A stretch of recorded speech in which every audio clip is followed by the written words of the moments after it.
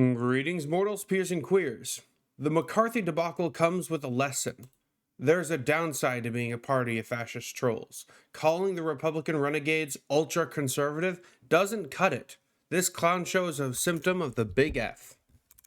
It's been entertaining, in a dark sort of way, watching the mainstream media try to explain what is fueling the conflict between Republican Kevin McCarthy, the House Republicans' supposed leader, and the 20 or so members of his own caucus who are preventing him from becoming House Speaker. The New York Times called the anti-McCarthy faction ultra-conservative, and the Washington Post noted that most are full-on election deniers. Not only are these euphemisms for what they actually are, a bunch of fascists, it also falsely implies that the disagreement is an ideological one. It's not.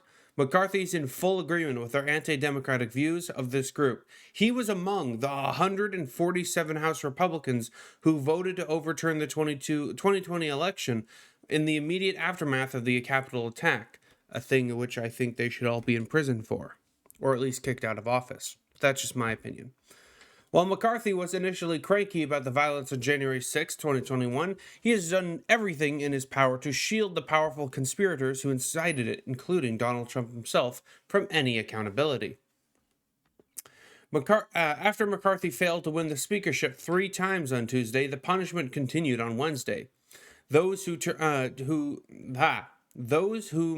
Team McCarthy dubbed the Taliban 20 aligned with Democrats on the Let Kevin Suffer platform, allowing the vote to resume after 3 more tedious roll calls in which absolutely nothing changed, except for that the renegades were now voting for Representative Brian Donalds from Florida and not Jim Jordan's of Ohio. The House adjourned with no speaker, no assigned committees, no members actually sworn in, and presumably, they'll try again on Thursday. Perhaps some kind of deal will be struck, although no one seems to have a viable theory of what that will be.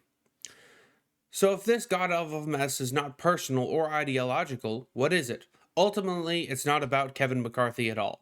It's about the Republican Party's self-conception in its exciting new fascist iteration, which was forged under Donald Trump but doesn't really have much to do with him either.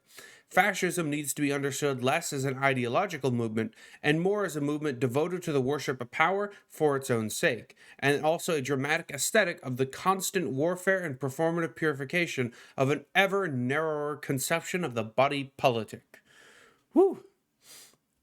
Those are some big words, and I apologize, but there's a simpler way to put it. Fascists are a bunch of trolls who are never satisfied. They must always prove their power by ganging up on someone who's been cast as an outsider. As the Atlantic Adam Sewers famously observed, cruelty is the point. Most of the time, the targets are racial or sexual minorities, liberals, or immigrants. But sometimes the restless need to constantly bully someone manifest in a purification ritual, where a once trusted or even beloved insider is deemed an outsider who must be ritually purged. It's just Kevin McCarthy's turn in the proverbial barrel, though he most certainly hasn't helped his cause by constantly debasing himself before the hardliners. He's marked himself as a weenie, and that just makes his tormentors enjoy watching him suffer even more. Not a lot of time, but yeah, I agree with this article. I'll link it down below. Follow me for more daily videos, support me on Patreon, and follow for more daily videos. And with that, I wish you all a good evening.